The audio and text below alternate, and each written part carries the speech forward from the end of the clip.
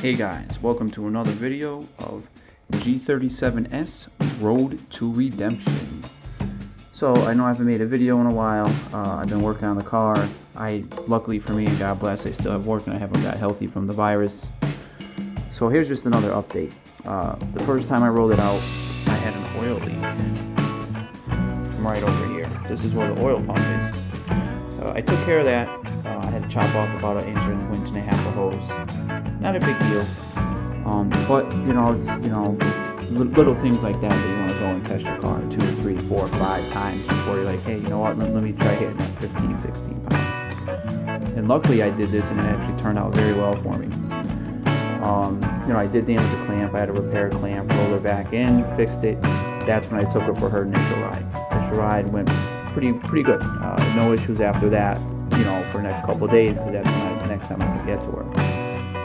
After that, I took her out again. I hit 7-8 pounds because I've been fighting with this boost controller. Let's see if I can show you that. Let's see where we're at with that.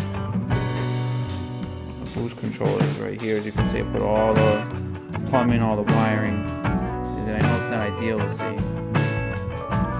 It's not too bad. And you can see the wiring right there. So I took her for a ride. I hit 5-6 pounds. At one time I hit 9 pounds.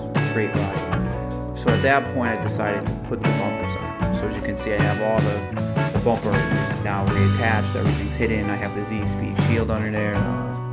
Everything in this part underneath is taken care of. So then I take her out for a third time. I drive her 30-40 minutes. And unfortunately, when I started hitting, I hit 15, 16 pounds. It actually sucked off one of the heat wraps that I put on, and it actually blocked the intake. Not a big deal, kind of embarrassing because, I'm like, hey, I want to kind of, make sure I shield everything I can, because this engine generates a lot of heat. It's a 95-degree day, you got heat coming off. You can see it every which way. So if you don't, take care and make sure you do heat mitigation, you will run into an issue. But it was just a regular DE. I actually had the wrap, it's like the pumice, it's the pumice magma stone that they turn into. It worked really good. I switched up the clamps I was using. I used the regular wire.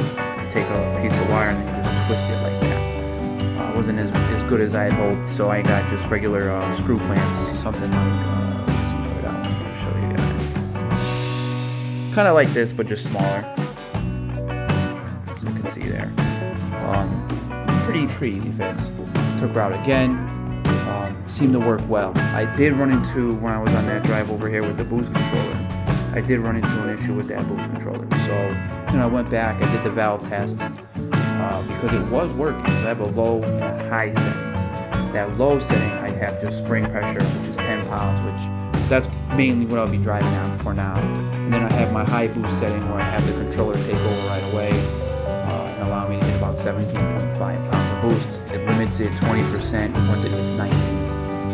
It's tuned up to, I believe, 18.5 or 19. I don't remember off the top.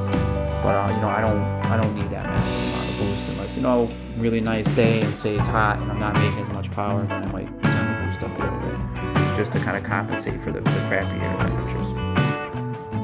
So I took her out, and then once I did test the valve, seems to be working. I hit my 6 pounds. I'm able to hold the throttle, hold it to 6 pounds, so I know it's working well.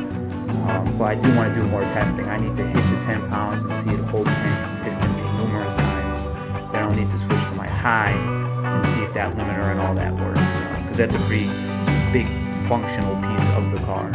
I actually bought all new silicone hoses and fittings, because a lot of the fittings I have for the boost controller were old. And I actually bought decent vacuum hose from AutoZone. I bought quarter inch, but I wanted to get the silicone hoses to be a little more durable, and I also wanted to kind of denote them. So what I think I'm going to do is I'm trying to go with a purple, blue, and black theme. So over time you'll see me slowly swapping blue parts, swapping some of these blue reinforced hoses, and, just eliminate all that, just in case. You never know if there's an issue, you can't see it. I mean, you can do a pressure test. You throw on an air pump, you spray each hose. I really don't want to do that. But right now it's working perfect, but still a work in progress on the cruise controller. What I did end up doing, I got some cheap lug nuts. I'll show you these. You can see I got my, these are blocks, they're cheap.